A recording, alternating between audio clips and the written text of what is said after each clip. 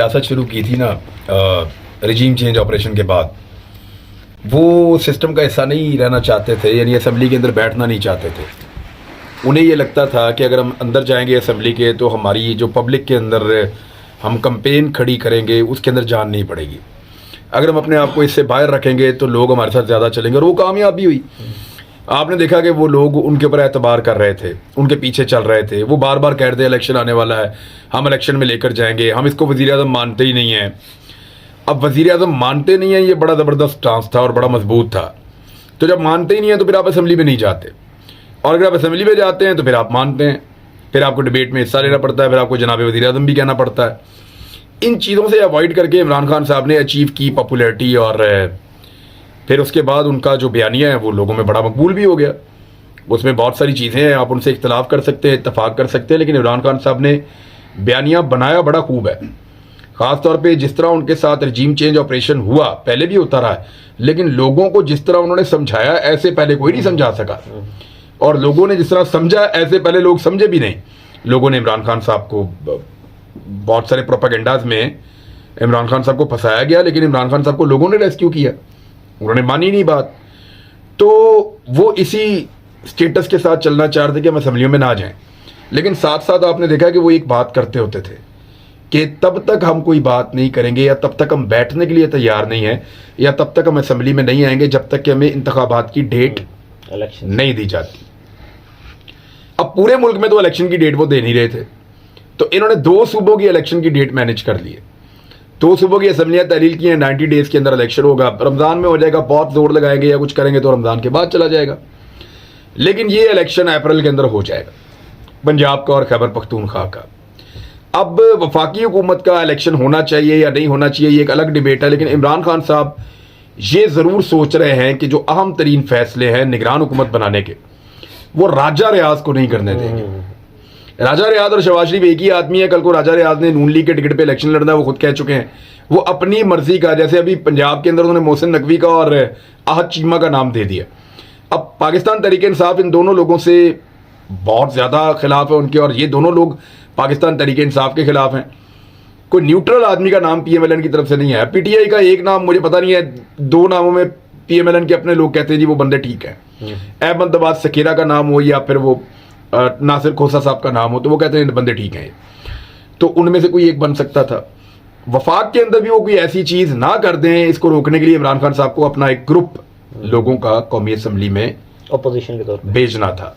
इमरान खान साहब ने खुद कोई नहीं जाना कौमी असेंबली में, ये भी याद रखिएगा, वो खुद नहीं जा रहे कौमी असेंबली में। जो मेरी इंफॉर्मेशन है उसके मुताबिक अगर वो जाएंगे भी तो वो एक बंदोबस्त करके जाएंगे, लेकिन इमरान खान साहब एक ग्रुप लोगों का इतनी बड़ी तादाद में भेजना चाह रहे थे कि वो लोग कौमी असेंबली में जाएं और जाकर राजा रियाज वगैरह को रिप्लेस कर दें, एप्लीकेशन डालें और अपोजिशन लीडर बन जाएं, और फिर जो बात भी करनी है वो फिर शहबाज शरीफ को करनी पड़ेगी इमरान खान साहब के भेजे हुए ग्रुप के साथ।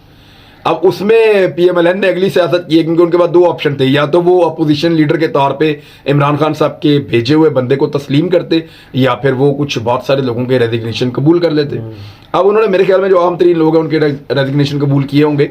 ये ज़्यादा लंबा चलेगा नहीं, और ये अब बल्दियाती इंतखाबात क्या 35 सीटों के ऊपर करवाएंगे, यानी 35 बंदे, कुछ खबरें आ रही हैं उसके मुताबिक फारिग किए हैं, तो क्या 35 नशस्तों के ऊपर बाई इलेक्शन करवाएंगे 2 महीने के बाद, यानी 35 इलेक्शन ये होंगे, एक पहले हो रहा है 36 हो गए, और उसके बाद फिर दोबारा पंजाब और खैबर पख्तूनख्वा के इलेक्शन होंगे। तो क्या पाकिस्तान में इलेक्शन ही होते रहेंगे? ये सारे इस्लामाबाद के बल्दियाती इलेक्शन नहीं करवा सका ये इलेक्शन कमीशन। हाँ, तो इतने सारे कैसे करवाएंगे? और जिस तरह का इलेक्शन इन्होंने सिंध में बल्दियाती इलेक्शन करवाया, मजा आ गया उसका। यानी अगर किसी को कोई गलत फहमी थी या किसी को ये लगता था कि इमरान खान साहब ज्यादती कर रहे हैं इलेक्शन कमीशन ऑफ पाकिस्तान के साथ, और जो बातें वो करते हैं वो बातें हकीकत से दूर हैं, तो अब सबको पता चल गया है कि 36 घंटे के बाद भी वो यूनियन काउंसिल का छोटा सा रिजल्ट होता है, आधे घंटे में, पौने घंटे में कंपाइल हो जाता है।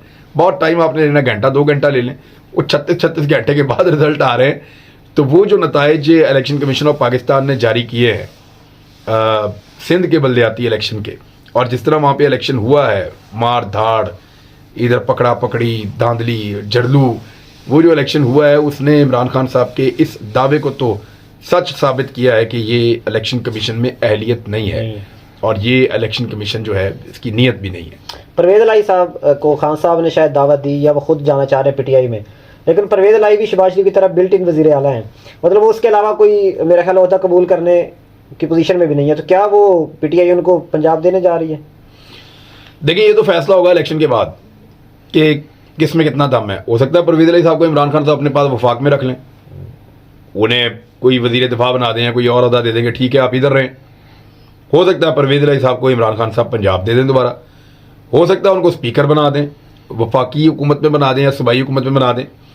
लेकिन देखिए, परवेज अली साहब का जो ताल्लुक है वो पाकिस्तान तहरीक इंसाफ से होगा तो उनको बड़े ओहदे ऑफर हो जाएंगे।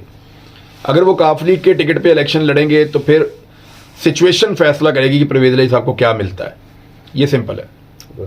सर आरफ अलवी साहब शहबाज शरीफ को कह रहे हैं कि एतमाद का वोट डालने की वो समरी कर सकते हैं, क्या शहबाज शरीफ साहब ले लेंगे वोट, या ये वो अली वजीर साहब जो हैं वो दोबारा वोट डालने आएंगे?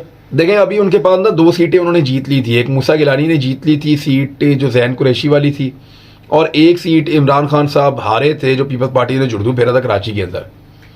तो 2 सीटें उन्होंने जीत ली थी। अब उनके पास जो है ना, वो पहले 74 थे तो अब उनके पास 76 होंगे, यानी उनके पास तादाद है उनके पास। लेकिन पीएमएलएन के अपने 15 लोग, कुछ लोग ये कह रहे हैं, दावा कर रहे हैं, मेरी इन्फॉर्मेशन के मुताबिक तो 6-7 लोग थे, लेकिन अब कुछ लोग कह रहे हैं कि 15 के करीब लोग हैं पीएमएलएन के जिन्होंने राब्ता किया है कि जी आप पाकिस्तान तहरीक इंसाफ हमारे लिए गुंजाइश और जगह पैदा करें, हम यहाँ पे इलेक्शन लड़ना चाहते हैं पाकिस्तान तहरीक इंसाफ के टिकट के ऊपर। उस पर इमरान खान साहब अपना कोई मैकेनिज्म बनाएंगे जैसे भी होगा। लेकिन इलेक्शन रोकने के तमाम तर हथकंडे इस्तेमाल करेगी पीडीएम हुकूमत, और वो कोशिश करेंगे कि जैसे भी हो इस इंतखाब को रोका जाए। ये इंतखाब होना नहीं चाहिए इस वक्त, क्योंकि जो मईशत के साथ उन्होंने कर दिया है उसका बोझ आने वाले चंद महीनों में पब्लिक के ऊपर पड़ेगा। मुझे ऐसा लगता है कि इमरान खान साहब को चाहिए कि वो दोनों सूबों के अंदर इलेक्शन करवा लें, अपनी हुकूमत बनाएं, और फिर तसल्ली के साथ वफाकी हुकूमत को वफाक के अंदर अपने शौक पूरे करने दें। जब ये पूरी तरह एक्सपोज हो जाए तो फिर इनको इलेक्शन के अंदर आने दें। यानी आप ये समझते हैं कि खान साहब जो है वो अभी वफाक की हुकूमत गिराने नहीं जा रहे, वो चाहते हैं एक बार पूरी तरह एक्सपोज हो जाए? वो हो जाएंगे। मुझे ऐसा लगता है कि जो इन्होंने गैस की कीमत बढ़ाई है, जो बिजली की बढ़ाने जा रहे हैं, फरवरी में दोबारा टैक्स लगाने जा रहे हैं, IMF की शराइत को जब ये मानेंगे, देखें डार साहब डॉलर को होल्ड करके एक आधा महीना और रख सकते हैं। IMF से आप पैसे लेंगे तो आपका मुल्क आगे बढ़ेगा ना, और पैसे लेने के लिए आपको एक्सचेंज रेट के ऊपर से जो दबाव है वो आपको छोड़ना पड़ेगा। तो जब आप छोड़ेंगे तो वो एकदम डॉलर 260 का 270 का जाएगा। तो जब डॉलर एकदम ऊपर जाएगा तो उसका इम्पैक्ट इसहाक डार के ऊपर आएगा, और वो जो इन्होंने नारा लगाया हुआ है कि जी हमने कंट्रोल करके रखा हुआ, तो वो कंट्रोल इनके हाथ से निकल जाएगा।